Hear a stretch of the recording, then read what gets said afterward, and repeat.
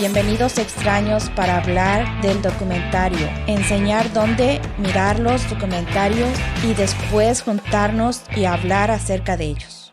Buenos dias, ladies and gentlemen. Bienvenidos to another episode of Talkumentary. Thank you to all of our listeners and all of our friends for taking your weekly bus trip all the way across the border and joining us for this episode. I know with all of your ailing, aging bodies and your tired ears, it's becoming more and more difficult to make the trip to our humble little den. But hopefully you find plenty of reason to come back because, you know, we just like hanging out with you guys. So this week is actually the beginning of Hispanic Heritage Month. It officially starts tomorrow, which is September 15th, and runs until October 15th. This is a time to celebrate the colorful cultures, rich histories, and diversity in the American Latino community. So, to join me in our little fiesta today, we have none other than King James himself. What's up, James? What's up? How you doing, my friend? All right. Ready. Good. And some very special guests and friend of ours. These two ladies work with James and I at the museum that we work at. Ruth and her niece, Valeska Rogel. Rogel. I always call them Ruth and Valeska. I rarely say their last name. I had to text Ruth and go, this is going to sound weird, but what's your last name? So Rogel. Hi, Ruth. Hi. Thank you for inviting us. Of course. Hi, Valeska. Hi. Thank you guys for being with us today to talk about this documentary. Like I said, these ladies work with us at the museum. Bienvenidos, amigas. Did I say Gracias, that? Jeff. Yeah. Y bienvenidos a todos por escuchar este nuevo episodio. Thank you for inviting us to this episode. Is that what you said? No. Dije a los extraños bienvenidos los invité para escuchar to listen the new episode. Okay. Listen to a new episode. Yes, I say in Spanish. Yep. I love it. All right. What did we watch this week? This week, we took 71 minutes to be quiet and to reflect on a very poignant and emotional love story. We watched the meditative and poetic documentary called What We Leave Behind. Abuelito, ¿por qué se queda aquí solo 1 o 2 días? Pues es que me gustaría verlo más. No, ¿sabes qué?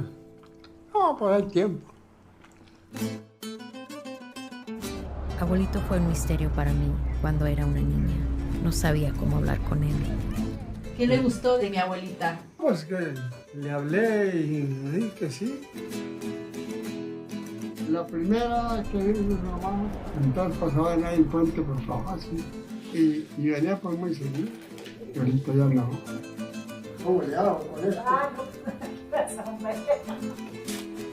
Hay mucha gente que le acaba la vida y ni quien lo vaya. Pero lo visitan mucho y lo queremos mucho. ¿Quién sabe al último?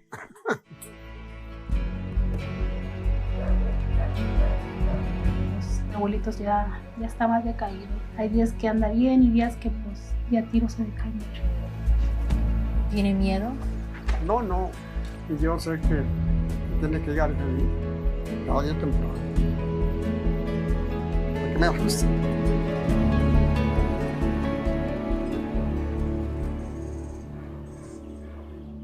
After a lifetime of bus rides to the United States to visit his children, Julián Moreno quietly starts building a house on an empty lot next to his home in rural Mexico.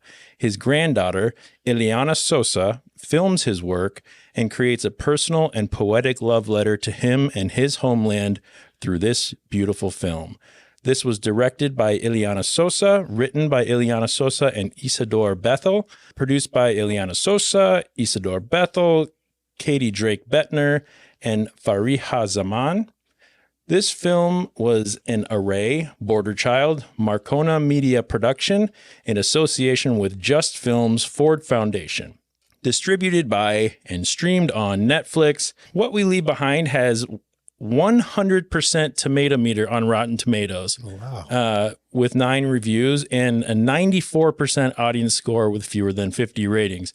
I could not find a negative review. Normally, the last couple episodes, I try to find a good review and a negative review to tell people about, but there really wasn't anything below like 8 or 9 stars for this one. But here's a couple good ones that I found. One of the 9 out of 10 star reviews from Sylvia Valdez says, "This movie was so simple. However, it captured something I can relate to when going to Mexico with my abuelos. To me, it captured something in their faces without them saying much. Her tío George's expression, the sadness on his face had me crying. I wondered why he is so sad. What is he thinking?" And then another review from the New York Times by Lisa Kennedy says, "What we leave behind insists upon the power of stillness and the poignancy in staying and leaving." So anyway, we're going to have all that credit information in the show notes. Let's get into this. A quick warning before we get into this. If you have not seen it and you want to see it, go check it out. This is your spoiler alert. Go watch it, come back, and we will continue the conversation. Right on. Is anyone still listening? Oh, yeah. Okay, good. Let's talk about why we chose to watch What We Leave Behind. So I chose this one specifically to celebrate the start of Hispanic Heritage Month, which starts in a couple days from when this recording comes out. And it just seemed like the perfect film from what I could see to sort of highlight some of the important aspects of Hispanic culture and the culture of immigrants around the country, around the world. It really showed the value of hard work, the importance of family, and it was a very quiet and accepting nature of this man and his family. You do what you got to do and you don't complain attitude. And that's a lot of the Hispanic people that I've worked with. That's very ingrained. And Ruth, Valeska, you guys tell me if I'm wrong here, but that's very ingrained into that culture. Family is everything.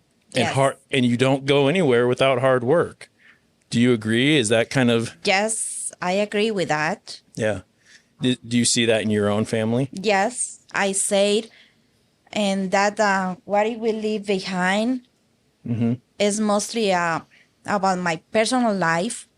I came in this country when I was 23 years, and like when I'm here, I miss my country there. When I was there, I miss this life over here. Right.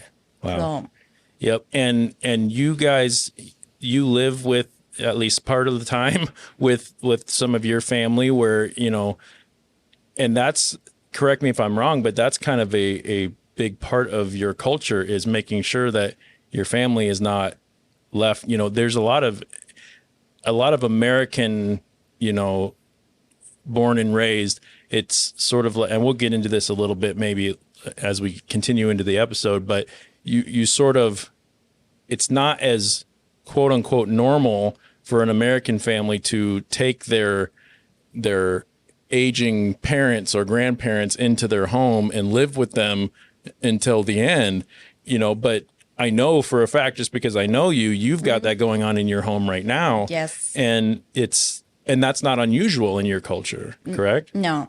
Yeah. It's how we grow up. We have to get our parents or grandparents.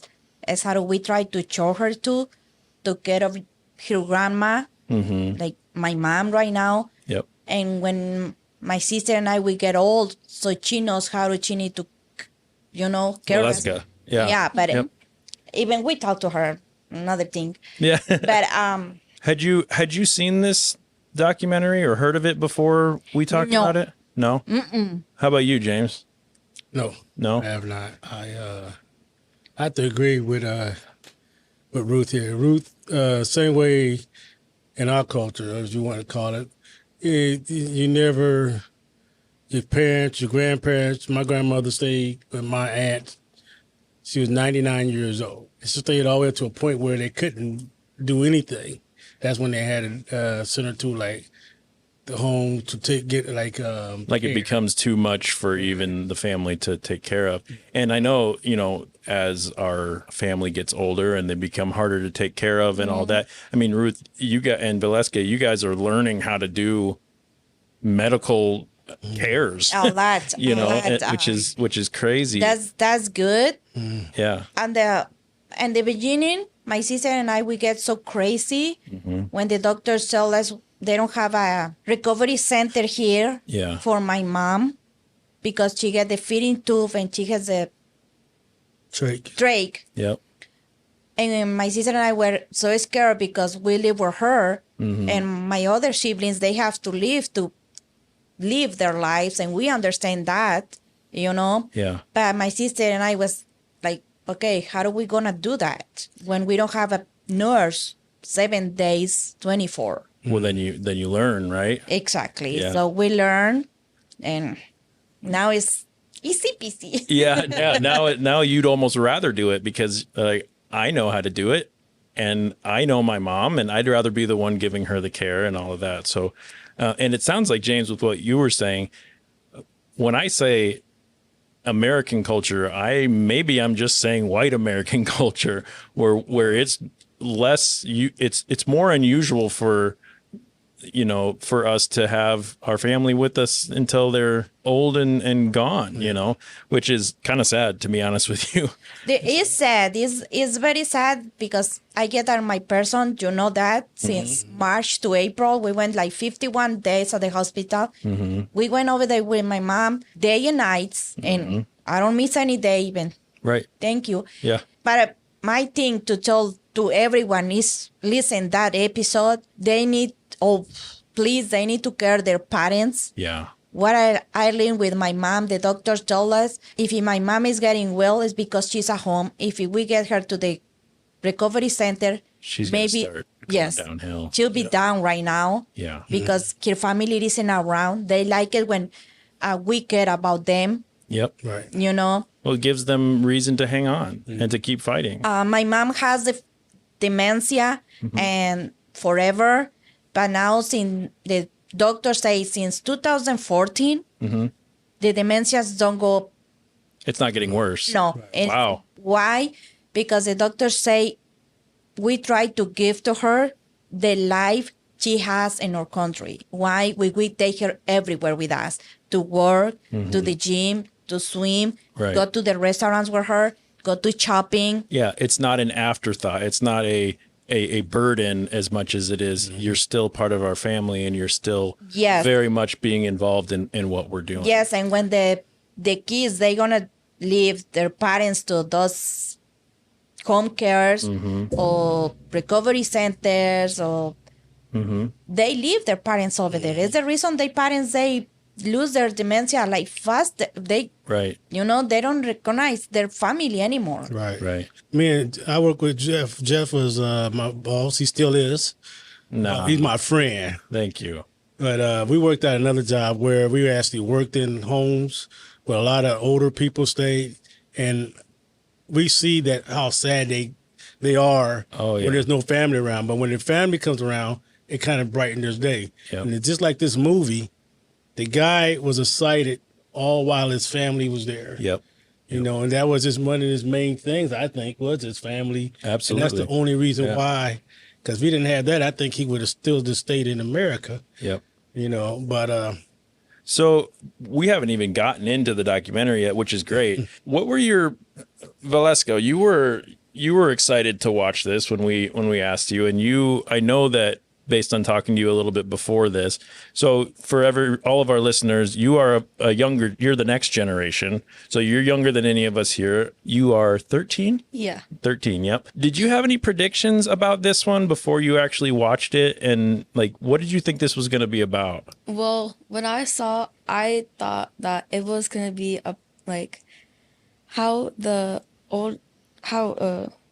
what's his name? Julián. Yeah. How his life was in Mexico, and it kind of gave me thoughts about how my aunt's life and my grandma's life was in Mexico, and it kind of gave me like a Perspective? Yeah. of how it was for them, and how like it is over there, Right. and how hard they have to work. Because you were 1 year old when your mom and aunt came to, or tia, mama and tia, right? Is that mother and aunt? Yeah. Right. When they came to the United States. Is that correct? No. We get here like 10 years before she born. She born in okay. Arkansas. So just from here, yes. Okay, so you were born in the United States. Yes. Okay, so you have no experience of how. Have you ever been to Mexico? No. No. Never. So you just hear stories and probably see pictures and things like that, I would imagine. So what you're saying is that this was a kind of an interesting look into what life is like for someone who goes back and forth. Yeah. Was there anything, and this is open to the whole group, was there anything that surprised you about this as far as like what your predictions were about the documentary and what it ended up being? Was there any surprises? Go ahead, James. I was surprised because I didn't think things were going to end like they ended. You know, I thought that his house was going to get built. Then his family was going to, I'm not going to tell the end yet, but I guess I did kind of. No, but that's all right. His family, I thought that they were all going to like do a celebration after they built his house. Right. And He was building a house for one of his kids. Right. He wanna leave when he say when he's passed away, he wanna leave a house for each kid, and the house he was building on the end was for the blind kid. Right. Because he was so worried for him. Right. Yeah, and he even mentioned, like, I don't know who this is specifically for. I just know that I want my kids to come and divvy it up. If they want to sell it, fine. I'm just building it because I want to have something to leave behind. At least that's how I heard it. Yes, that one he say, because he say that all the kids he has in this country Went to the United States. anytime they want to go back, so they have a place to stay. Right. Yep. Which is huge. I mean, that's him in his final years trying to set up his family to have something nice. And, to me, that's pretty touching. And he's struggling to do the work and, but he's still making sure it gets done. For me, I expected, so when I read the description of the documentary, I thought it was going to show more of him going back and forth. But instead, we picked up on his final trip back to Mexico. Yeah. So he's been doing these trips back and forth on a bus every month for over 15 years. Every month he was going to El Paso, Texas, from Durango, I think. Durango. Thank you. Mexico to visit his kids. And he says he would only go up there for like a day.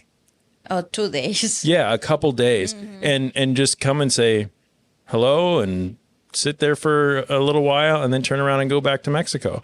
And go back to U.S. Yeah.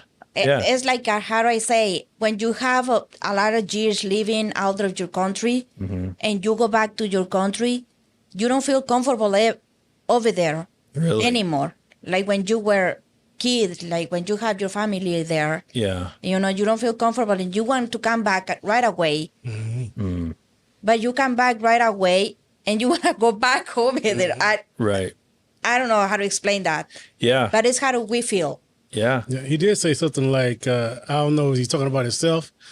He went over there when he was young and got sick. Yeah. And they had to come back to the United States to get well. And then his mother told him, you'll never be able to survive over there. Yeah. I thought that was funny. Yep. That's another thing that's true. That happened to me. When I get here, I get sick like crazy. Just the difference in probably the food and the water, the weather, the air. Yeah. I don't know. Now I'm afraid to go over there because what if sick? If I get sick? Yeah. Wow.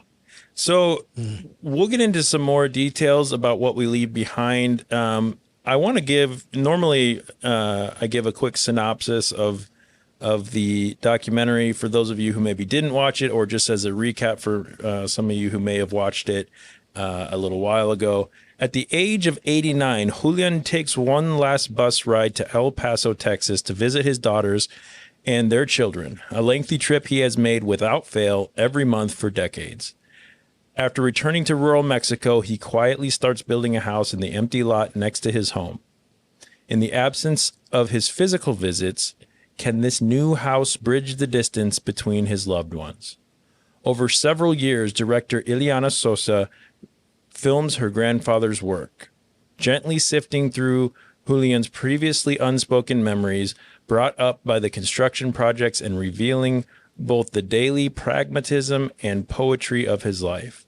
What we leave behind unfolds as a love letter to her grandfather, as well as an intimate and insightful exploration of Ileana's own relationship with him and his homeland. What did you guys overall think of this documentary? Did you like it?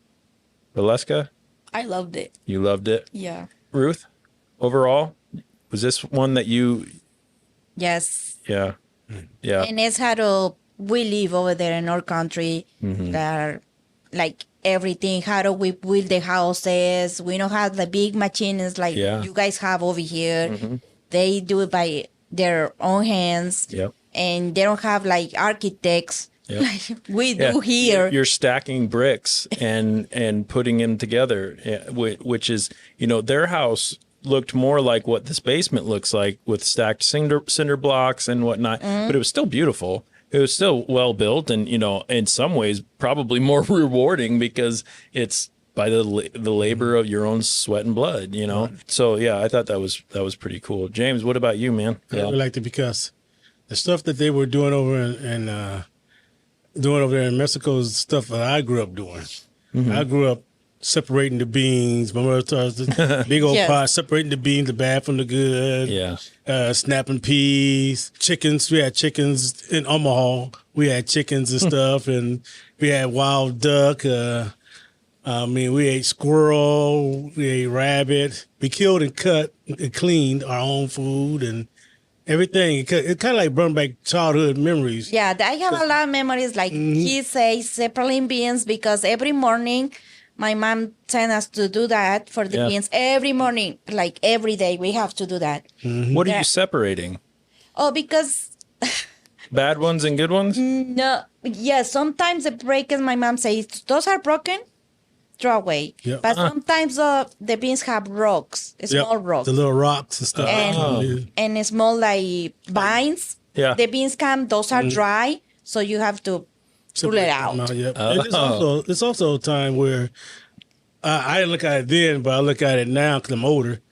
Like when they were snapping peas. Snapping peas. Why they separate? My sisters, my aunts, they all were doing it together. But as they were doing it together, they were all talking together. It's bonding. Building. Yes. Building more family, building more relationships, you know, with each other. So everybody kind of was comfortable. We knew each other. Yeah. I mean, I could drink your pop. I could pass one can of pop around to like 10 people. And then to get back to me, there better be something there for me. There was no like, yeah. You know, it was like, yeah, hell, get back there. You know? It was bonding. Yep, that's what it was. Another thing that bring me in my memories was when the guy went to take a shower and you guys saw he put the hood and the thing to get warm. Yeah. We don't have gas over there. Yeah. So we have the same in my house, so we have to put hood in it and we touch it. If it does warm, okay, we have got to take a shower because the water is ready. Right. Oh, that's I don't know how that worked, but the water stayed hot. It stayed hot and longer.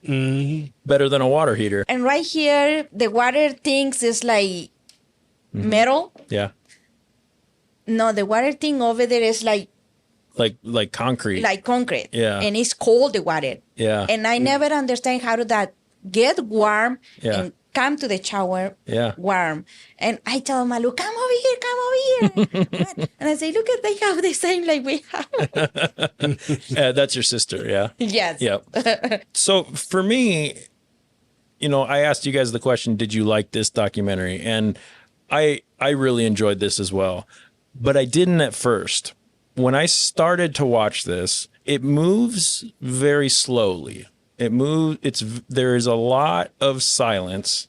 There's a lot of, just holding the camera on one image or one person and nothing's really happening, or they're doing something very kind of, just repetitive or something like that.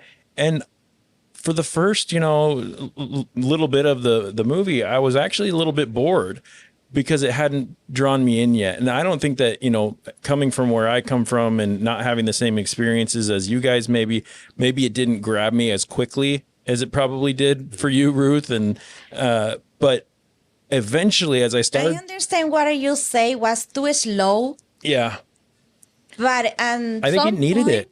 I understand. Me too. I understand them because the guy was getting old, Yep. so he needs time, Yep. to think and answer.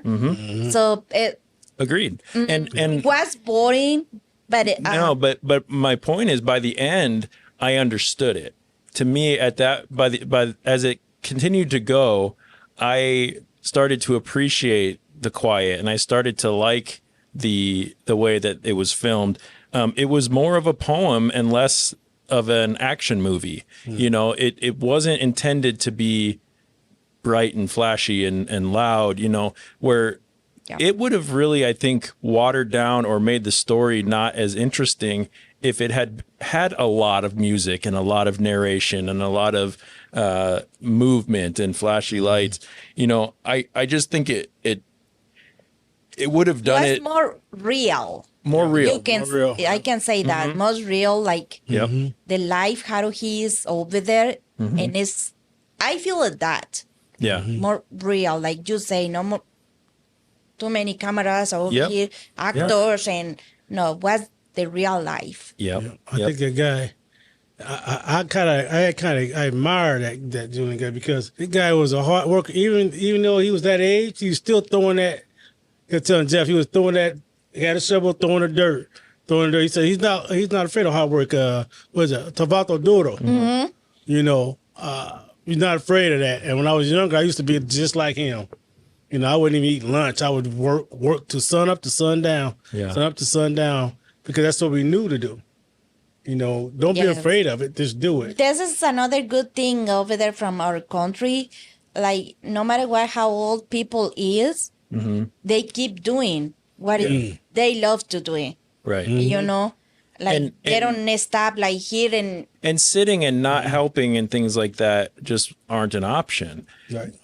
Do you feel, Valeska, like you are shown that in your family and because you were born and raised in the United States, a notoriously lazy country, right? Yeah. Where we, want to do the least amount of work and get the most payback for it, right? That's the American dream, right? That's right. in a lot of ways.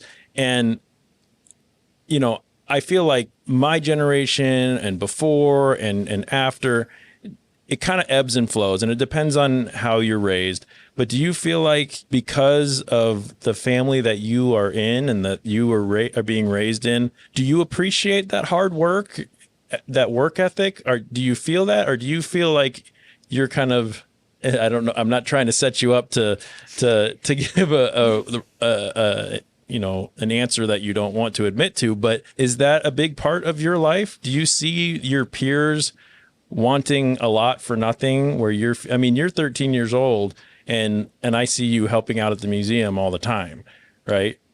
We don't have a lot of that, where your peers aren't going to work.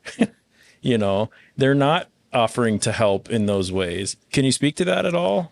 Yeah, I feel like it's how their parents and the people that are around them teach them what to do. Like my aunt and mom, they tell me to work hard for what I want. And the other kids, their parents they work, or they just don't tell them to work hard for what they want and need. And they just rely on other people to do that, and they just... Yeah. Is that ever frustrating to you to see your friends that way? Or do you ever feel like, are you ever frustrated with and you don't have to tell your aunt this, but are you ever frustrated with your family going, my friends get everything that, they want and they don't have to work for it? Is it ever like a point of frustration for you? Not to this age, no. But when I was younger, kind of. Okay. But now I see that if I work hard, I can get the things I want. Yeah. And I get money, and I can use that to get stuff I need. Yeah. And would you say you appreciate it more because of that work that you put in for it? Yeah, I appreciate how they taught me to work hard Yeah. and to not give up on what I want to achieve. Yeah. Right. And that speaks highly of Ruth and Marilu, your mother. Now, And also go through her school too. Yeah. Yes. This my girl right here. Yeah. And she get to school and I get to hear about her work that she does. and stuff. I feel so awful right now with her. So I'm sorry if I cry. No, you can. This is a safe space. You can. Emotions are welcome here. I promised her we go this summer for vacation. But what happened with my mom right now? And we have her all those months use hospitals back at home, sleep on the hospital, and she's too young. And I wish we can give her different life. And I talk to her all the time. I'm sorry because we give her that life. I wish maybe like she can have a friends or her friends went to vacation on summer. We don't take her anywhere. Like Well, you guys say, we are working. And sometimes I feel awful. Like sometimes I say, Valeska, you go with me. And if you know, you can stay. I don't care. But she say, no, I'm coming. She's like that all the time. Yep. Well, and that speaks highly of both Valeska and the family that she comes from. And also I can say that these types of bonds and these memories and things like that, that's much more important than the family vacation. Those are the things that Thank you. that You make me stick. feel better. But Well, it should, because when Valeska continues to get older and goes off into do her world and continues being a part of yours, those are the things that she takes with her, that work ethic, that that we have to take care of our own and not just say, we all love vacations, right? It would be real nice to go away and see the world and do the things and all that. But not all of us can do that. And yes. we have to take care, we take care of our own and we take care of ourselves and all that. But you're teaching lessons that are more important than any vacation. So I don't mean to speak for Valeska there, but I know that is a good thing. Yeah, but sometimes she's quiet and sometimes like that's good you ask her because she don't tell us how she feel. Why not? I don't know. Should we get into that? No. Valeska's a good girl. She's a good girl. I like the values that was placed Smart. in her from you guys. I feel like going to the museum is better than just staying at home doing nothing on the phone, just being there. And being at the museum, I get to see different people every day. You and have to see me. Get to, of course, King James. Hang out I with get King to James. bond with King James. There you go. And everyone at the museum. Yeah, well, we love having you guys around. Yes, we do. I'm going to bring us back to the documentary. In the director's statement, Ileana Sosa talks about her grandfather, and he remembers as he remembers his monthly trips from Mexico. He would only, so this is what she said, he would only visit for one day sometimes. He would bring treats like llamancillo. Llamancillo? Do you know what that is? No? No. Chile, and then Mexican candies. Tamarindo. No, it says Jamoncillo. Es Llamancillo? jamoncillo. Okay. Jamoncillo. Jamoncillo. What is that? Do you know? Jamoncillo is like ham, Oh. but sometimes they have in candies too. Okay. And another thing, that's good you bring that point over there because I don't know here, but in our country, our parents, they like, you have to do that. You have to do that. And don't move and don't play. But when they have their grandkids, They spoil them. yes, Yeah, that's true. Yeah. That's true. I think that's all the way around. That's all the way around. Yeah. You're strict on your own kids, but then your grandkids get spoiled. like Yep. that say over there. Remember one thing. I They think don't that- give you any candies, but they bring candies or For the high grandkids. candies for their grandkids, yeah. Yes, for the grandkids. Really? You gotta remember one thing. If you don't raise your kids. You will be raising your grandkids. Yeah. I just threw that in there, because that's how I say things sometimes, Okay. So she says he travels, he brings some treats for them. He would always smell like earth, and his hands were weathered and worn. And we did see one scene where they focused on his hands. He had his hands open, and they zoomed in on his hands, and they were very calloused, very rough. There was a fly sitting on his hands, which kind of bothered me a little bit. But, because he worked the land his entire life until he could barely move. I mean, he didn't stop. We saw him scooping gravel, as James was talking about. He was carrying planks. But as we watch, he continues to get more and more tired. So he traveled back to the U.S. every month for just a day, and then he'd head home. He talked about wanting to do that in order to keep his family together. So he had 7 kids, all of whom, except for one, George, who was blind and he needed some help, all of whom had immigrated to the United States. Why? What do you guys think when he goes back for just a day and then comes back to Mexico? Why? Why is he going every month for just 1 or 2 days? I think it's that family thing that he's been talking about throughout the whole documentaries. Family is everything to him. Now that you're getting to that point of age where, you think about it, everything that we got today is just material. When you die, you don't ask to get my brand new car. You don't ask to get my suit or anything like that. You ask, where's my family? Where's the people I love? You want that around you more than anything. So I think that became like a major part of him wanting to go back. But he also loved Mexico. And again, I think he go back only for 1 or 2 days is because his son was blind again. Yeah. And George, he was worried for him. So no matter what, how many times he go back only to see him, he's fine. Okay, he's fine. So I'll go back. I'll be back in a month. Yeah. Also, in the beginning, it's sad. It said that in the U.S., he was just on the couch doing nothing, and bored. He was bored, and he wondered why was he there when he could be in Mexico with his family and working. Yeah. That's an interesting point, and I do think George plays a huge part in his story, because you have one son who cannot function on his own, or at least is struggling to do that. So, and because he's blind, he's legally blind. I think he had some vision, but not much. So he couldn't really do much without help. Without help. Yeah. So that was a huge part of the story, because a lot of what drove Julián, he was his worry, I guess, for his son. And George didn't really say this. He didn't really say much throughout the whole thing. Yeah. But you could kind of tell, James, you like to analyze people's body language and their face, their emotions and things like that. But do you think there was any guilt there on George's part about needing his father's help there? Or do you think that he felt bad about that ever?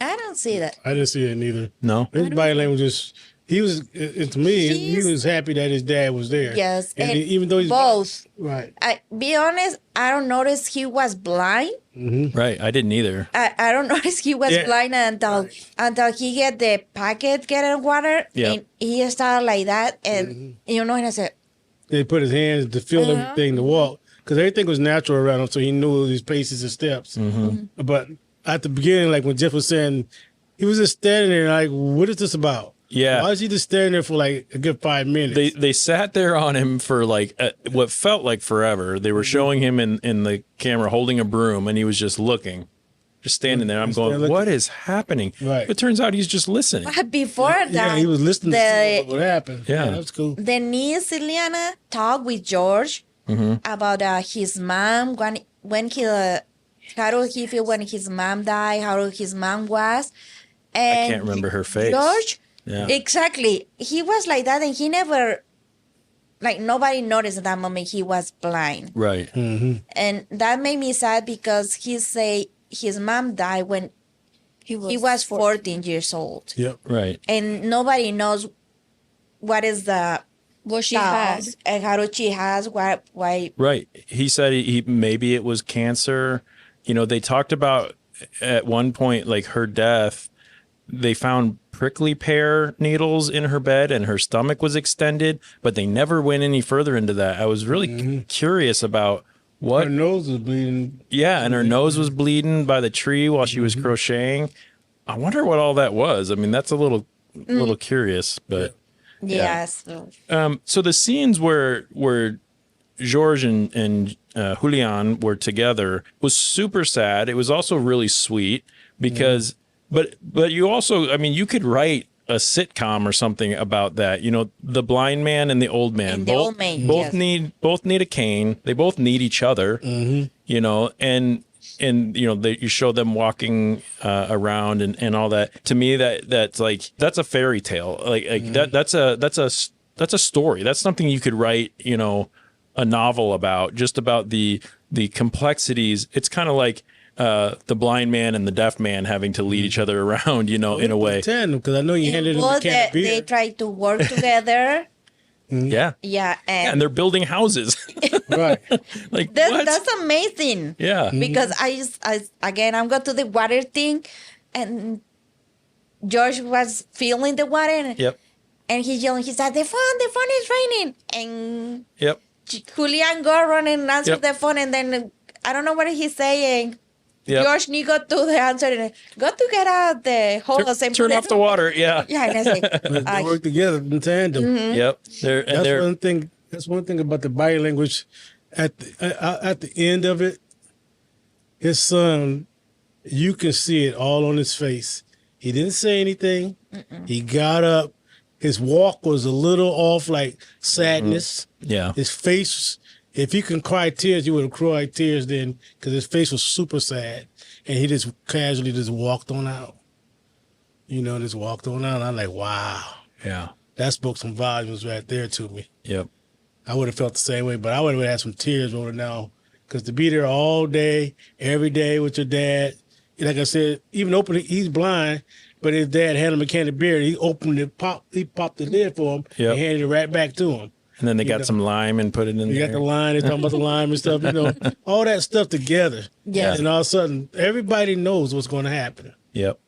And I seen it. And then when I saw the breathing, and Oh. man, I see this at the job. Yeah. Let's hold off on that a little bit because I want to get it to a few things before we get into the and then Julián's final sorry about final that. hours. That's all right. So kind of back to Ileana's grandmother, Julián's late wife. She died when George was only 14. As we said, they never really explained exactly how she died, but Julián never remarried, and he was fairly young. yeah, when- 45 years Yeah, old when- he was a widow. Yeah. And yeah, And, you know, all the kids eventually immigrated to the U.S. except for George. And in one scene, they did go to the cemetery to visit her grave. oh, that's I have in my notes. What Yeah. are in my notes? So, I want to talk to you, Ruth, about that. But, you know, so just so everyone knows what scene we're talking about, they went to the gravesite and they're kind of sweeping up and cleaning up. And they spent some time putting together some decorations and taking it there. And there was a lot of families at that cemetery. That's here is in Halloween, Okay. but over there in Mexico is el Día de Muertos. Right. Okay. That's what I was going to ask you Yes, about. that's like if you see those special, like Julián have a bunch of yellow flowers. Yeah. That's for that special day. Okay. The Día de Muertos. Dia de Muertos. You know, And that's, and it's Valeska, you want to say something? Go ahead. I saw that the daughter was making like something to put on the gravestone, Yeah. and how Julián and the girl, they were on the trunk, and how they carried the flowers and how they cleaned the gravestone for them and made them look all nice and Right. decorated. Yeah, it was really nice. And so, Dia de Muertos, that Day of the Dead, it's just a way to honor those who have passed, correct? Yes. Hispanic, or is it Hispanic or just Mexican culture? Is it in like all Mexico? Okay, Mexican, all Mexico, like Mexican everywhere. And is that more of a is it just a way to honor the dead? Is it a year-long thing?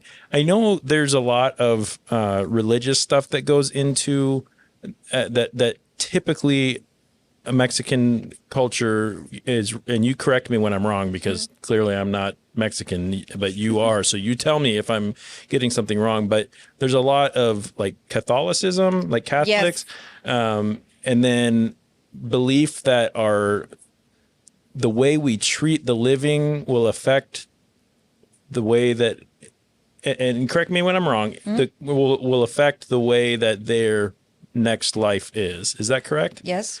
So talk to me about Dia de Muertos and what that means and why that was important in this documentary. Well, like I told you, the Dia de Muertos is like here Halloween and October 31st. Mm-hmm. Over there we have October 31st is for the kids in Mexico, Dia de Muertos, for the babies. Okay. You know? Yep. November 1st is for the adults. Okay, so and that's Dia de Muertos? That's Dia de Muertos for adults. But November 2nd is for everyone. So maybe a week before the Dia de Muertos, everyone's go to the cemetery and clean it all their relatives, stones, or some they don't have stones. Right. Why? Because all those stones are very expensive. Yeah. You know, so some don't have, and they have grass all everywhere, but the families come over and clean it up, all of it, because all those need to be have flowers, and the principal thing, they need to have a candle. Okay. The candle, my mom, she's alive still, thanks God. Yeah. But all people in our town, they say you need to put a candle for each one relative you is late. Why? Because on the November 2nd, all our relatives, they come over and they are praying around the cemetery, but they have their light. If you don't put a candle for them, so they are crying because you forget them. That, like, it's a tradition. Okay. It's like no, you say really religion. Cool. Sure. That's too on it. You know, like we raise like that. Yeah, that's really cool. Thank you for sharing. So to you, it wasn't surprising at all to see them, and a lot of people, you know, I've been to cemeteries to visit my family who's passed, but my culture just hasn't put as much weight on, you know, visiting that. You know, it's kind of and I don't like this. I feel like it is a little dismissive of the memory of a person. To go to a cemetery with that many people at other graves and whatnot, it's just not something that happens very often in American culture. And, you know, to me, it's kind of nice seeing the kids and the teenagers and the adults all there cleaning up. You know, if we all felt that way, our cemeteries probably would look a lot nicer. Unless, you know, I know that a lot of ours have people that are paid to be there to take care of it, but also it just shows a lot closer of a familial for the familia, yes, bond. And, you know, we just don't have that. And to me, it's really refreshing to see that in this documentary and to hear you guys talk about that, you know, in other Mexican and Hispanic families that I know, that how close their family bond is. To me, that's really refreshing, and it's enviable. It gives me something to work toward in my family, to want to create those types of bonds. So I really appreciate that. And James, I know that your family's very close too. So it's not just, obviously a close family is not just a Hispanic thing, but, you know, it is something that is very prevalent. And we saw that in this documentary. And another thing, when you raise like that, like me, all the time I try to call my sister in Mexico and ask her about my dad. Hey, you went to clean it. Hey, you leave flowers. And over there, and there, every every family have a cross with the name on it. Like we saw the Julián wife have the name, when she born and when she died, everything. But over there in my town, they have that stone with that information. But the people don't have the stone. They have a cross with the stone is on the earth, but have all that information. And all the time I ask my sister, my dad have the stone, but I still have the cross too. But all the time I tell my sister, go to get a scarf, but it isn't a scarf. Maybe a scarf for the cross. Yeah. But there's it's like a special material. Okay. Is made for the cross, to put it under the cross. Like silk or something like that? Something like silk, and those crosses on the ends, have angels or flowers. Yeah. But what happened with the rain, with the sun, all those get old. Yeah, they start to wear out. Yes. So I call my sister and say, go to check it. Another one, and for my grandparents to get another one. Yep. Yeah, that's really cool. I mean, that just shows a lot of respect and memory for people that are no longer with us, and the impact that they had on our lives. And I just think that's really cool. And I love traditional stuff like that. Like it's really neat. Thank you for sharing. Yeah, I talked with my mom yesterday because she wanna go to bury in Mexico. But, she does. Yeah. And I talked to her yesterday, and I say, you need to change your mind, because if you go to Mexico, we don't be over there. Like, we have our lives here. Yeah. So, and I say, we want to be able to visit. Yes. Yeah. Yes. And I said, I don't want to be like my dad is over there. Yeah. And that's hard. And it's hard. Yeah. And I say, and now you go over there? No. And I said, you have to be over here. And he say, okay, I'm going to. She'll think about it. Yeah. Yeah. Well, because that's good. It's very hard. Yeah, I'll bet. I imagine for her, it's hard to say, where do I want to be buried, and where, that's my homeland, but this has become my home. And, I'm sure that's a difficult decision. And we care of her all those years. And I say, come on. Yeah. Please. Please don't make me go there to visit. Yeah.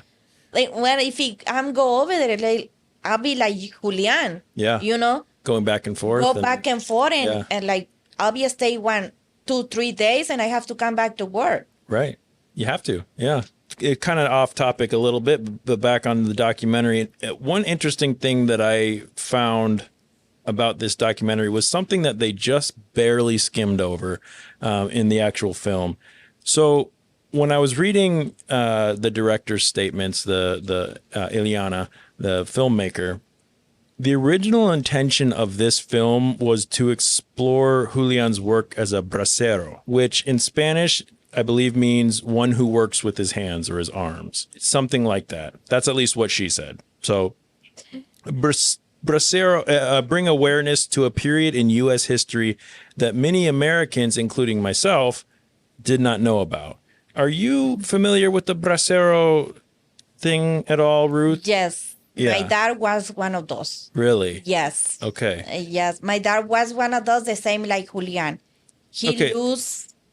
Yeah. So I'm going to explain a little bit about what that is. So braceros were agricultural and farm workers brought to the United States from Mexico during labor shortages during World War II. So basically, American soldiers were going off to war, and nobody was taking care of our farms. So in true, American fashion, what we did was we went and grabbed people from other countries, Mexicans, and put them to work doing manual labor. Well, again, in true disgusting American fashion, they were exploited. They were basically forcefully made to do this labor. And then with any benefits. Without any benefits, Yes. correct. They were forcefully and then sent back to Mexico. Once they were brought into the United States, they were barely paid. They were barely given any benefits. Julián actually talked about it a little bit, about how he had to use his brother-in-law's name because he didn't have the right, forms or whatever it was. And then, Again, because they come over, sorry, I interrupt no, you. go. Yeah. But like I told you, was my dad the same like Julián? Yeah. I don't know who brought them.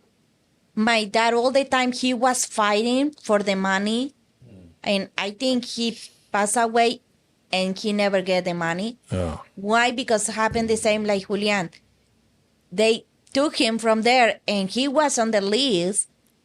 Right. But when he get here, they don't give to him Anything to prove. ID Yeah. or anything. Yeah. And he was back and forth.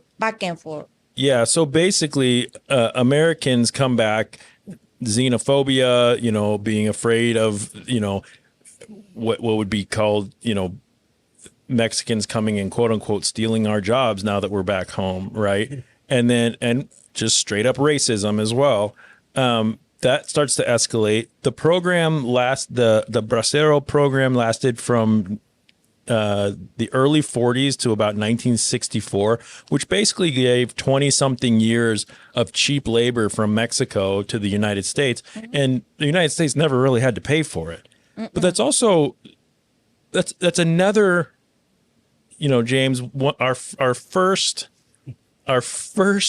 documentary that we covered for this show was called 13th. And it focused on the mistreatment of Black Americans, early on in American history. Right. And and part of what we talked about was how we as Americans aren't told these stories. We have to watch documentaries and be told and dig this stuff up. Right. And it's a disgusting part of our history that we don't know about unless we go out and educate ourselves on that or are educated on that. This is another one of those things I didn't know exist. They don't write this in our history books. My guess is that, Valeska, when you're going through middle school and then into high school, none of your history books here in America are going to talk about the Braceros. And if they do, it's going to be a very small piece, right? And it's not going to probably tell, you have to learn that. I have to learn that at 38 years old. I'm having to learn that through this. And, this is part of all of our history. It's not a proud part of my history, but it's part of it. It's part of the story. And, so that's great. We hear about things that we did that were awful that are just getting whitewashed and taken out of the history books or not ever put in there. But that was mind-blowing to me. And they've barely skimmed it in this documentary. But the funny thing is the director said that was the original intention of this documentary, was to bring attention to that.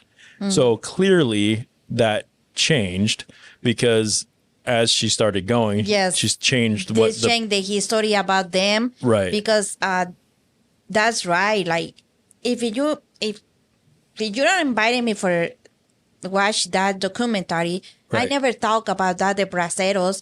Right. And I was with my dad over there, and my dad spent a lot of time to go to the Mexico City one time or two times a week, all the time, with all his papers from here. And he was a lot of guys from my town, from my small town in Mexico. They go together, and I think they die and they don't get any money. That's not right. Valeska, have you ever heard of this? Never. No? Me neither. Yeah. Is this your first kind of time hearing about it there, James? Yeah, it's my first time hearing about that. But again, like, I don't know, nobody explained them, or like you say, they only using them because they asked my dad for different papers. Bring this next week. Bring that one. I remember that because like if you see the furniture they don't have closets for you saw in the movie or the documentary. The furniture they have we call roperos to to put all clothes on it. Yeah. So they have a small. Kind of like a big dresser or a big wardrobe or something like that. Yes. Yeah. And I remember my parents, they have one in their room, and they have one like that door, and that one have a mirror. Yeah. But in that square thing, Just a couple feet. yes, big, just yeah. a couple feet, but they have all the important papers over there. Okay. All the houses, the cars, the important papers. So my dad, I have as my sister Malu and I, we were the youngers, the whole family, looking for all the papers. And what did that say? My dad, of course, like he was getting old and he don't read well, and we're reading for him. And I said, what is that? No, keep doing. Yeah. And I need that one. Let's to take a copy. And next week again. And I don't think they give to him or give to them for all that. I think it was a pretty blatant exploitation of that labor. I don't think very many.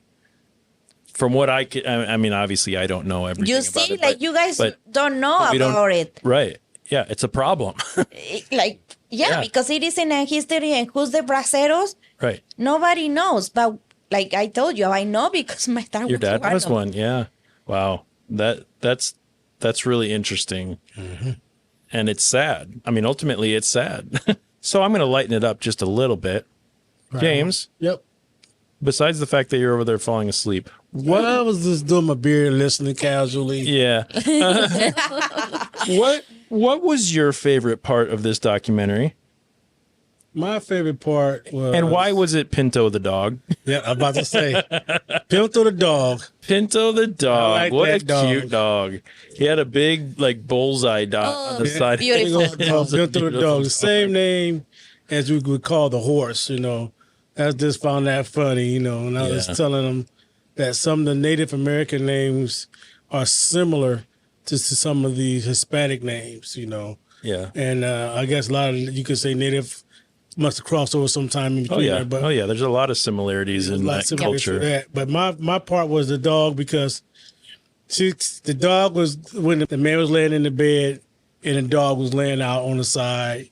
And I say the dog is a man's best friend. Yeah. When the man was in his truck and they was going to get the wood. It's running. He's running around alone. They kept telling him, go back. He wouldn't go back. And then he get to the cemetery with them. Yep. He did everything. Yeah, there was very few scenes in that film that Pinto wasn't in it. Yeah. The dog was always there. It was really cool. He drank out the water out the bucket.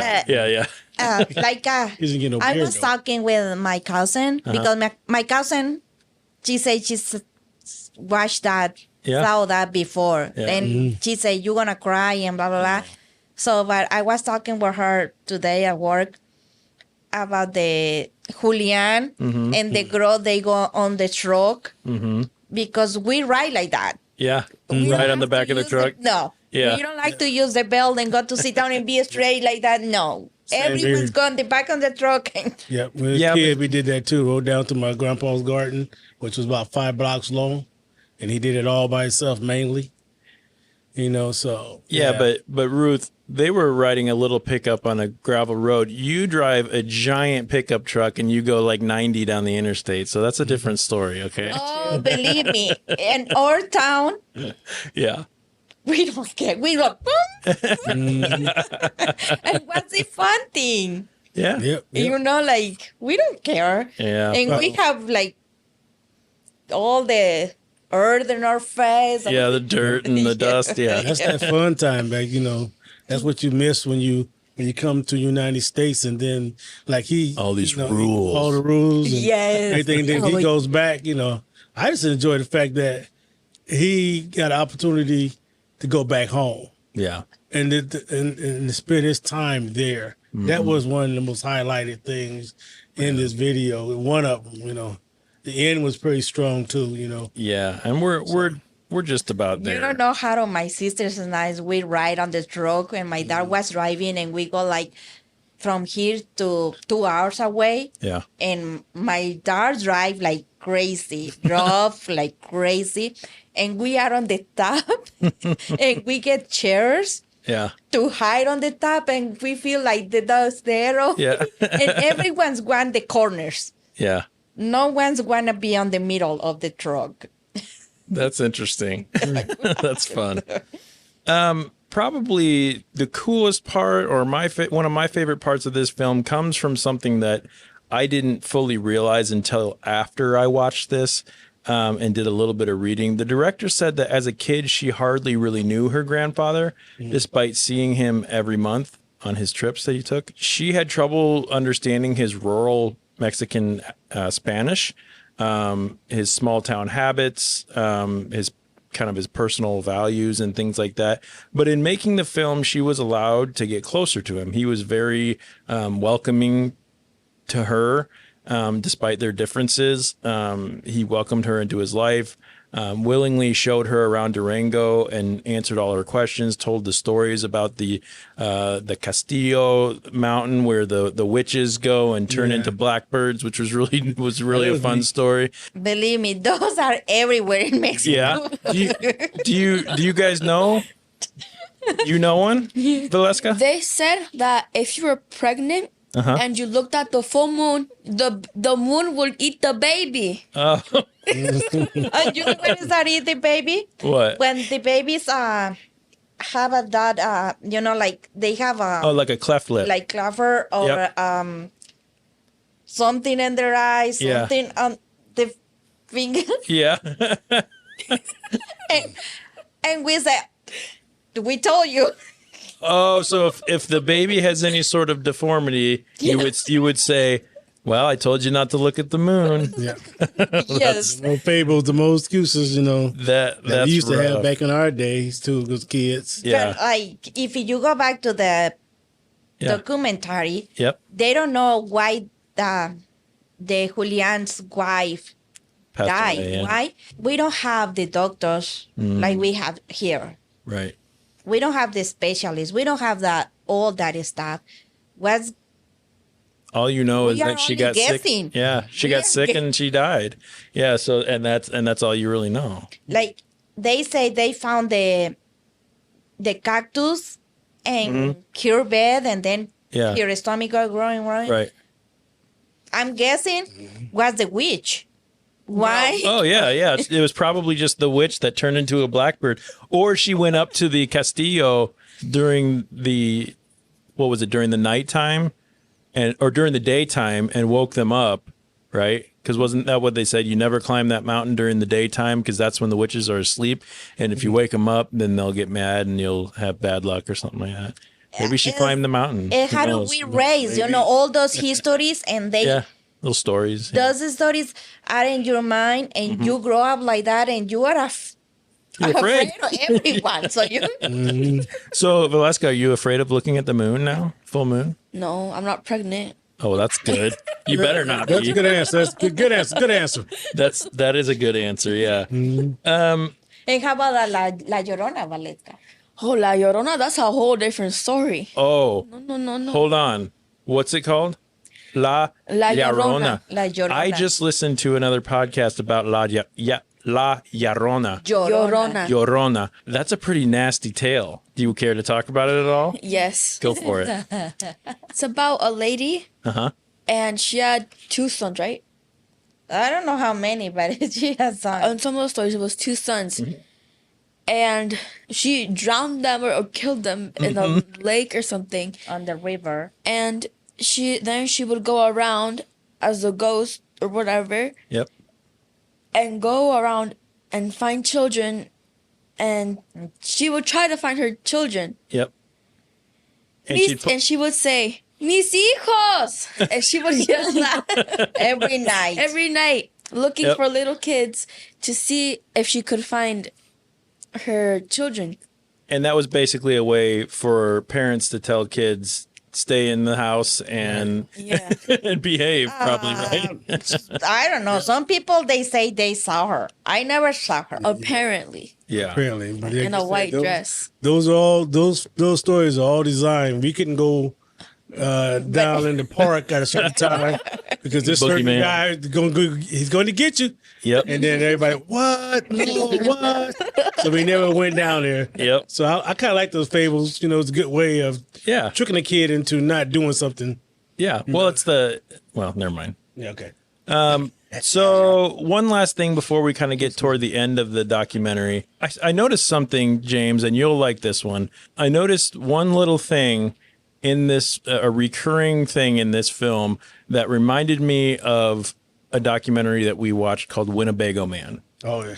Okay. Oh my God. Have you seen Winnebago Man, Ruth? It's a little bit. Do you remember what made the Winnebago angry and what also made Julián angry?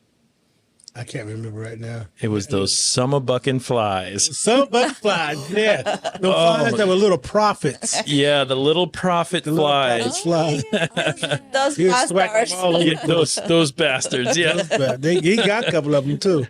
So we covered a documentary called The Winnebago Man, and he cusses at the flies a lot. So I thought that was kind of a funny callback.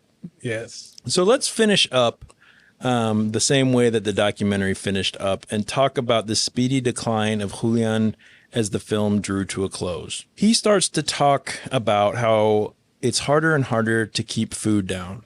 He talks about his stomach and his back are almost always hurting. They do a lot of scenes that are zoomed in on his face when he's just sitting there. In one scene, he was actually dry shaving, which if you're a man and you've shaved and you've dry shaved, that can be very difficult on your skin. So that probably means he has some leather on his face. The years of sun and all that. Well, I ain't gonna go there now because I can dry shave any time of the day. Yes, my dad too. Straight That shave bring me lotion. Yes. that brought me a lot of memories from my dad. Yeah. With the small Little mirror and dry shaving. Yes. Yeah.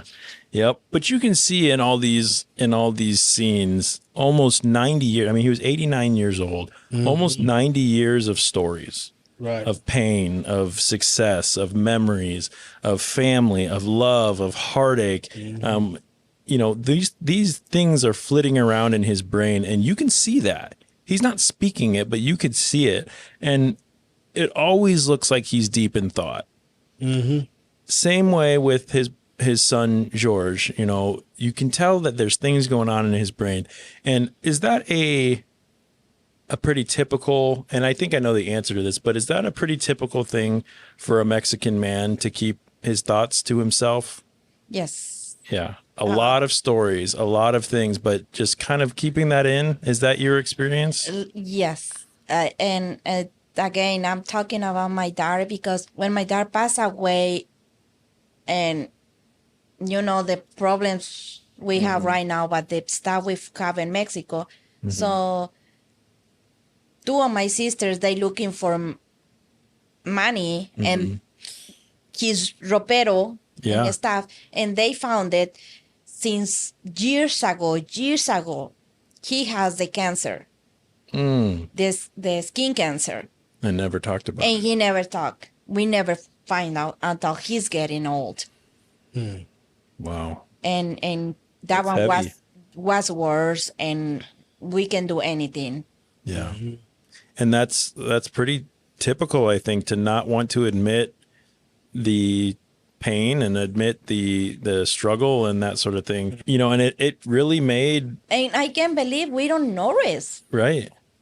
Yeah. But if you spend your life holding those things in and not talking about them, then you get good at hiding those things, I think, It's more like he's just like, this stuff happens in life. Mm-hmm. Things go on. Yeah. I just can't let this stop me. I got to keep moving forward. Yep. And that's basically how people. Yeah, and it made for a very somber ending to this documentary. No, we know my dad was for the son because he was like Julián. Yeah. He was working on the avocado acres. He was on the peaches acres, on the corn. We grew up with all that, like a farm. Right. And he liked to sleep under the trees all the time on the sun. And So- he was like white, like me. Yeah. Like. Yeah. That'll do some damage to you. And apparently it And did. was early, really. I don't know which age, but he passed away and when he was 74 years old. Wow. So was like Yeah. maybe 50, I Yep. guess. Wow. I don't know. Yeah. This made for a very, touching and somber and emotional end to this documentary. We see him on his deathbed kind of quickly. So the last, maybe half an hour of the movie covered several years. And we see his entire family, kids and all, around his bed saying a prayer. And he looks like maybe he lost his teeth because his mouth is a little sunk in. And, he's very obviously not feeling well. He's quiet. His eyes are closed. His breathing is very labored. The kids are in tears. This man is loved. There is a love in this room that you can feel. And I really hope that he felt that in his final hours as well. His breathing is labored. His daughter and granddaughter are there. In another scene, she kind of crawls into bed with him and is telling him, we're all here. George is in his bed on the other side of the room. And they're telling him that they love him. And George is kind of laying there, contemplating, listening. And you're hearing this labored breathing, and then it just stops. Right. And the story of Julián Moreno comes to an end. The house is not quite finished yet, but it's close. The kitchen is a little bit unfurnished. The TV that he had bought is still in the box laying on the bed, but the house is beautiful, but it's empty. And George gets up and he just sort of walks out of the room, and that's sort of what you were talking about, James, like in just this, I know he just passed away and life's about to get a lot You don't different. need to see that, so because he knows. feel it and he knows. Yeah. And, and that's, they show the house that he's been working on in the state that it's in, and it's empty, and the credits roll. The movie's over. And to me, that is such a sad way, a powerful way to end the story, because you're left going, I wanted to see kids in the house that he built. I wanted to see families living there, but that's a fairy tale. I don't know that that's reality. If Ruth, if your father had built a house and it was sitting down there, you still have your life here.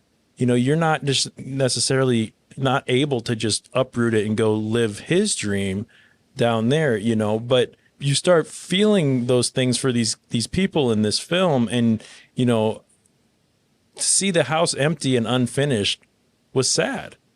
Do you agree? Yes. But if you remember when he was talking with those guys, Yeah. he was sure he don't be done or he don't be finished that house. Because he told them, I don't have enough time. Yeah.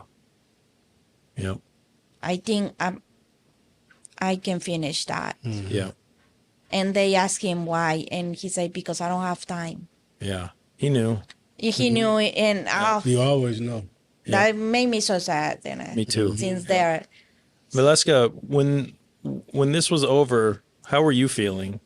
I cried. Yeah. And she never cried. Oh.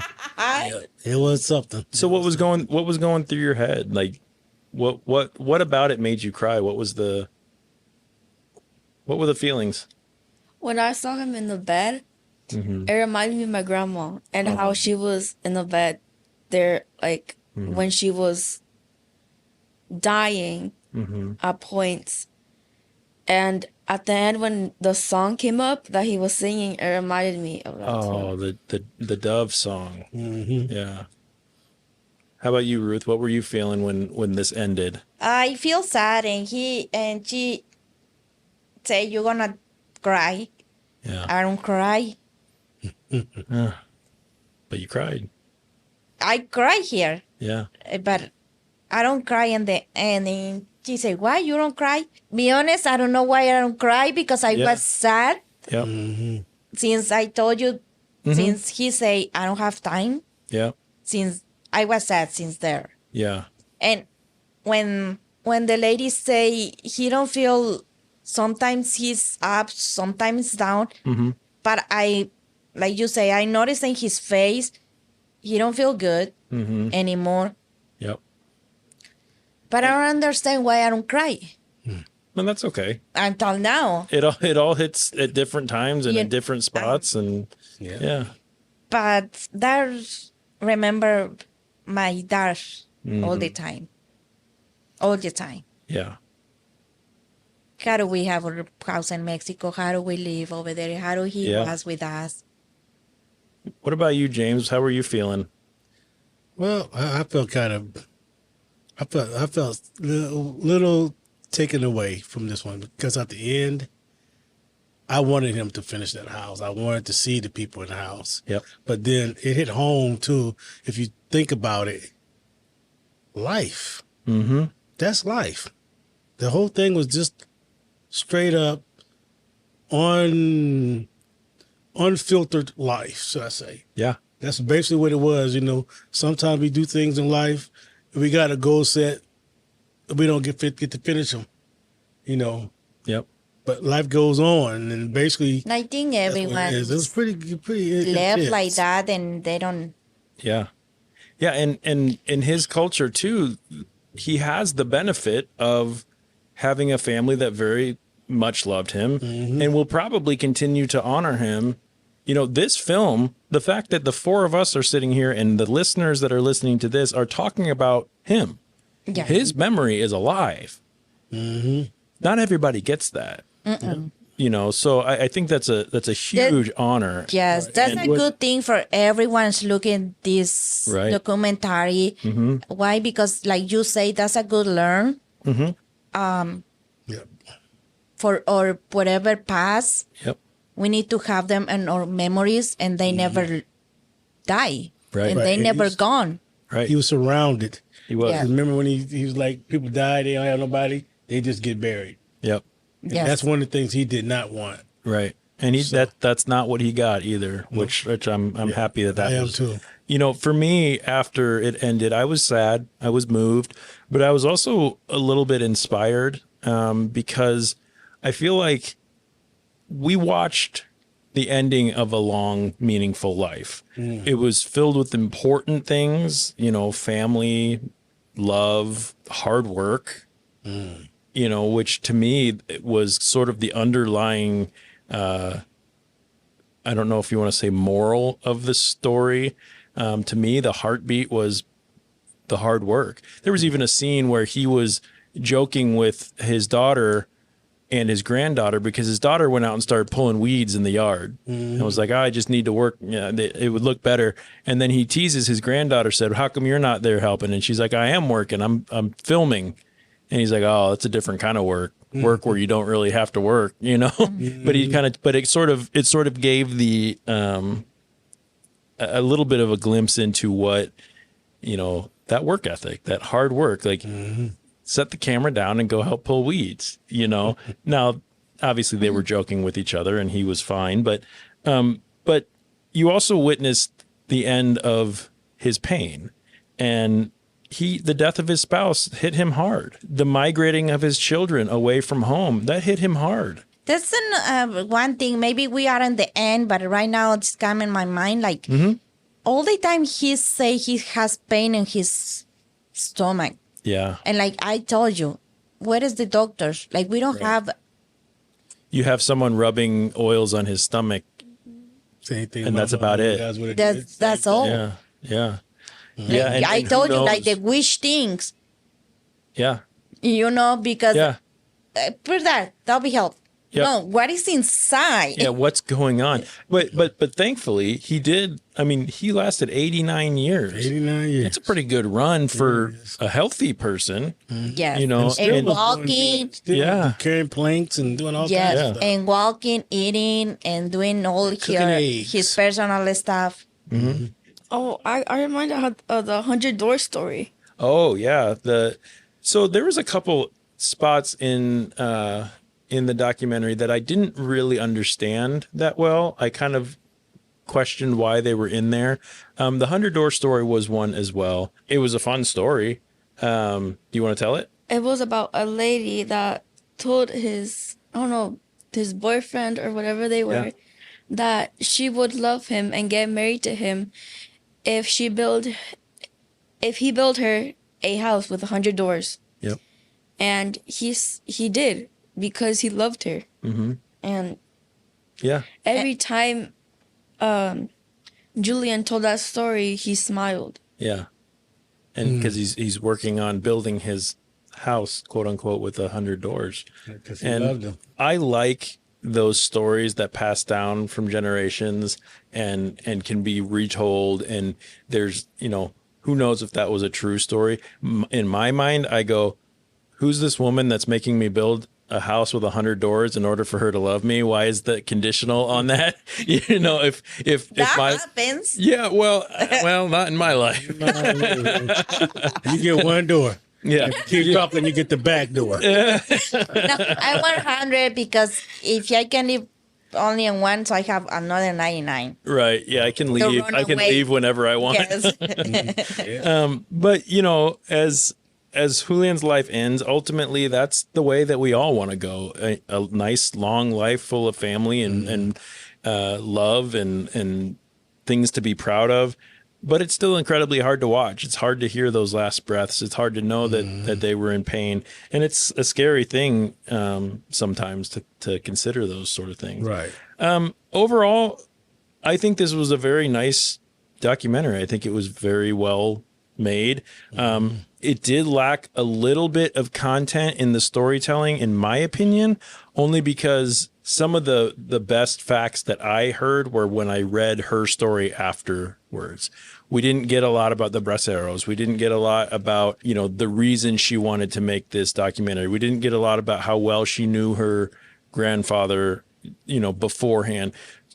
But knowing those things really added to the story to me. And I'm not sure how they would have added that in to the documentary. I don't know. I do like to get the full story from a film. So if I had a criticism about this one, it would be that they spent a lot of time in quiet, which was good, but they also could have maybe used some of that to add a little bit of backstory and whatnot. It's just a small criticism, but nothing that takes away of. Yeah, maybe, if they do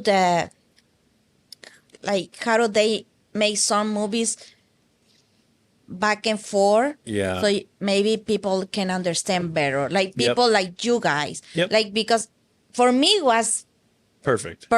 Yeah. But But you have the history. You have those same type of experiences, and that, yes. Where for me, But I need a little more to understand. yes. Yeah. No, that's a good point. Yeah. I just want to know what you mean by you guys. No, I'm just kidding. I'm going to say you Americans. No, Americans, Valeska too. Yeah. Because even Children, kids. the children, the kids, they need to know. History. Well, yes, That's it. where That's true. their parents come from. Ancestors. Yeah. Exactly. Yep. Yep, it gives them purpose, even more purpose when you know. Why? Because when they get here and they don't see how do the parents live in their country, Right. Without all that technology, without and they grow up here with everything, they don't appreciate Yeah. everything, like everything they have Right. is thanks for what they parents raise. Right. Valeska, do you feel like it was helpful for you to see this in this documentary? Do you feel like, you strike me as the kind of person who, you've already mentioned how much you appreciate the work and the things like that. But do you feel like it was helpful at all to you to see this film and this world and this type of story? Well, yeah, it gave me more background information, and it made me see how much different it is for them over there, where they have less technology and they have to do their stuff with their hands. Yeah. Right. Yep. I think it just opened your eyes to feeling because sometimes you hear a story, like we was saying all these stories. Yeah. But then when you see it, they kind of filled all those blanks in visually. Yeah. Yes, when we try to talk to her and say stories about us, how do we grow up, how do that, she started laughing and laughing. And I said, I mean, it's silly. Yeah, You see? it sounds silly, and then you have sort of a visual aid in a film like this to put the image to the words. Right. to the you know what story. did she say when we say we're gonna take you to Mexico? She said, I don't wanna go to your poor Mexico.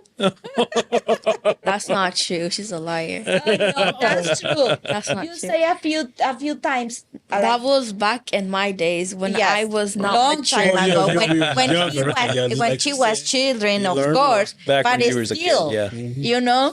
But it's still, she say, I don't want to go to Mexico. Get a Yeah. joke. Get a When I joke. tell my nephews the same stories about us eating squirrel, rabbit, and all that stuff, they just be like, mm-hmm. Yeah, no thanks. Can we throw this like a ram on the barbecue right quick, a grill or what you want to call it? Yeah, you can't say barbecue. I can't say barbecue. You know, it's a whole meaning behind that, but we'll get that later on.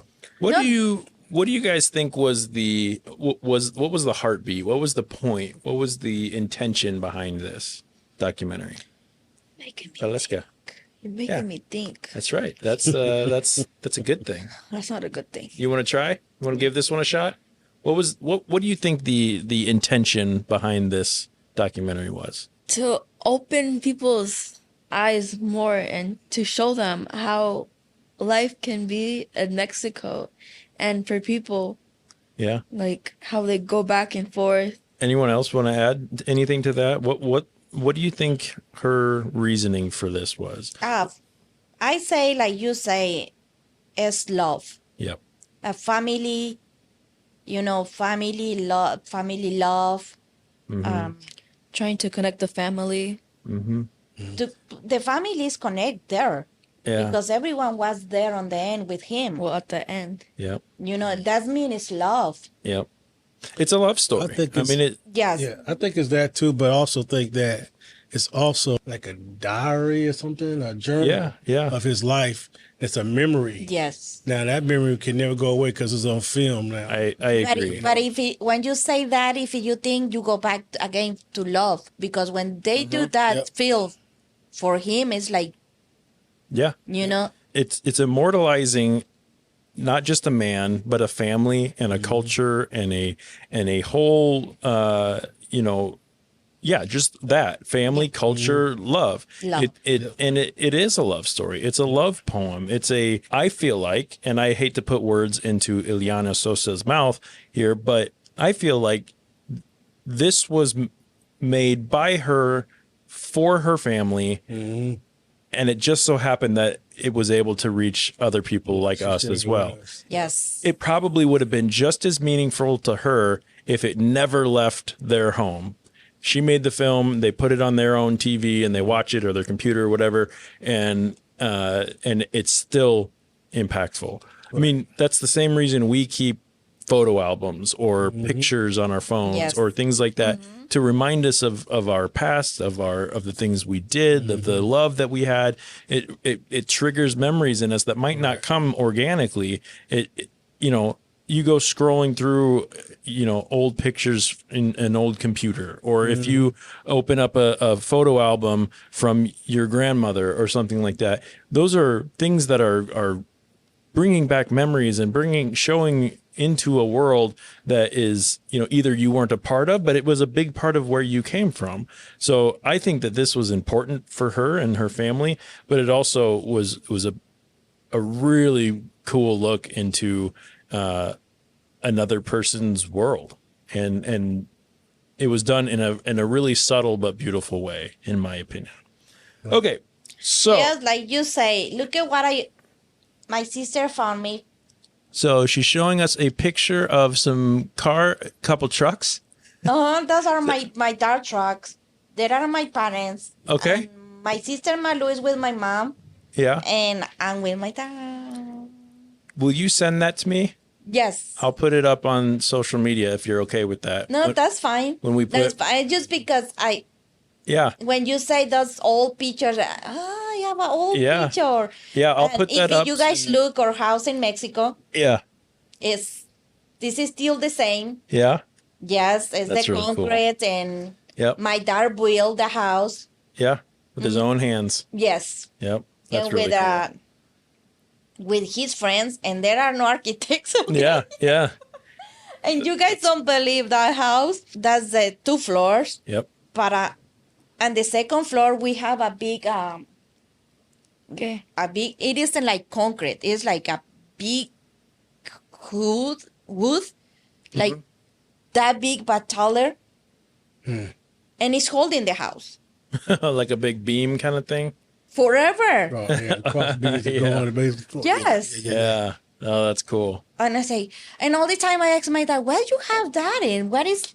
It's holding the is- house up. And he says, he's holding the house. And I say, no. And he say, try to take it off and we don't have house anymore. And I say, no, thank you. I believe you. Yeah. All right. So we have come to the end of our show where we will talk about a rating, an official documentary rating. Each crew member each week scores the documentary on a scale of 1 to 10 items, with 1 being as bad as buying the wrong size planks for the house you're building, and 10 being as great as Pinto drinking water out of a mop bucket. The item it's cute, right? Yes. The item that's used for scoring changes each week depending on the content of the documentary that we watched. This week, we will be using, just like Little Pinto, a perro, or is it a perrito? Perrito. Perrito. Let's do perritos instead as our rating item. So let's start with Ruth. Ruth, how many perritos do you rate What We Leave Behind? Oh my God. Why you ask me that? I have my 3 babies. Dog, what? No, what's the rating? What's your rating for the documentary? The rating, Yep. I love it. 10. Let 10 me tell you why. perritos, Because yep. the perrito, the pinto, and I just brought the packet when it's something you guys need to know. Okay. When the waters come out over there in Mexico, come out from the hose, it's like cold, like Oh, yeah. cold. It's the best water It's ever. like well water. Yes, Oh, yeah. it's yes, that's a wild water, and it's cold, and it's so good. So it's the reason Pinto do that. Okay. So 10 perritos from Ruth. Valeska. 9 perritos. 9 perritos. 11. 19. James, how I many gave 7. perritos? Okay. 7 people. I really liked it. You know, Yep. I might even give me a dog. Jeff, I gave this documentary 6 perritos. And I kind of feel like maybe that's a little low, but I already landed on that. The only thing that like I said, without a little backstory, it wouldn't have been as impactful for me, but it was really well done and a nice look into that culture and to that family. So 6 perritos. So after averaging everyone's scores, the official documentary rating for What We Leave Behind is 8 perritos. I want to thank all our listeners. No, that's pretty good. I want to thank everybody for tuning in this week. Special gracias to Ruth and Valeska for joining us for this episode. You guys are the best. We like hanging out with you. As always, thanks, Mr. King James. well, we miss the wine. I like to say. Next time, bring the wine, you said? I like to say thank you to the Hispanic people that come in America, and that all the things that they bring, the cultures, the food, and everything that they bring. I really enjoy a lot of it. So thank you for that. Yes. I want all of you to know that if you build me a house, I will come live in it. So Valeska, start working on building a house for me. Valeska, she can design a house. You know, that's gonna be a good idea because Jeff, he's the taller over here. Don't bring ideas in. No, let me talk. Jeff is the taller over here, so he can help us to build taller. To put the top Yes. of the wall on? Yeah, Yes. yeah, there we go. Oh, those are heavy. I know. You put it like in the documentary, Mm-hmm. and you put it one by one. I did that. Yeah. And so it's the reason I give 10, Yeah. because It's a lot of work. everything is a lot of work. But you didn't hear any complaining either. No. No. That's right. Surprisingly, I was complain nice. a lot myself, Yeah, you do. I do complain a lot, but, I still get my work in, you know what I'm saying? All right. So happy Hispanic Heritage Month, everyone. Let's talk about next week's episode. For next week, we will be jumping into our station wagons, grabbing our rain ponchos and our video cameras, and heading out into the fields to try to capture footage of some of the biggest storms around. That's right, ladies and gentlemen. We're going to be watching a documentary called The Storm Chasing Anthology. This documentary is dedicated to chronicling 6 decades of storm chasing culture, told through the words and images of storm chasers and meteorologists alike. This is our buddy Matt's forte, so this was his choice, so he will be joining us next week. Should be a good one. Anyone ever heard of The Storm Chasing Anthology? No. Never heard of it, but I used to watch some shows, where they would run around. I mean, it's exciting. I would race love down to and- watch it now. Yeah. I'm fan now of Jeff. Yeah. For did a movie everything called you do, Poignant. that's amazing. Do you remember that? Thank you for inviting us. Oh, you're very welcome. Thank you for joining us. Yeah, thank you. Valeska, you can tell your friends you're on a national, worldwide podcast. I'll now. be famous. Yeah. Yeah. All right. So And you can tell them, like, I don't want them to listen. No, that's embarrassing. no, it's not. No, it's a good thing. you can tell them your experience and how do you feel and everything. So we never know. Maybe we have more over here That'd from be awesome. your age. That's I right. can You know, bring them. because everyone's want to listen. Everyone. That's true. I don't know. I guess. So, everyone out there, go listen or check out the documentary, The Storm Chasing Anthology, before next week's episode. It can be found on YouTube. So next week, join us as we go out, tie ourselves to a tree, and hope not to get shredded by a tornado, one documentary at a time. Please go out, rate and review our podcast on your favorite podcast streaming service, and let us know what you think of our show. If you want to connect to our crew, look for @Talkumentary Podcast on Instagram, Facebook, and YouTube, or you can shoot us an email at info.talkumentary@gmail.com. On behalf of Ruth, Valeska, King James, Hey. DJ in the post-production booth, and the entire Talkumentary family, I am your host, Jeff Kolaski, and I want to thank you all for listening. I hope you keep your minds open and be kind to each other. Buenos noches. Adios. Valeska, thank you. Goodbye. Bye, Ruth. Adios, Jeff. Adios. Adios, everyone. Buenos noches. Buenas noches, everyone. King James. What's king in Spanish? Jefe? Rey. Rey. El Rey Rey. James. That's Rey why. James. El That's, Rey Tigre. that's Tigre El Rey. My name is Jeffrey, Jeffrey. So Rey. I'm King Jeff. Okay, King Jeff. Just for a little bit, you can have that title, you guys. All right. All right. That was fun. Yes, it was.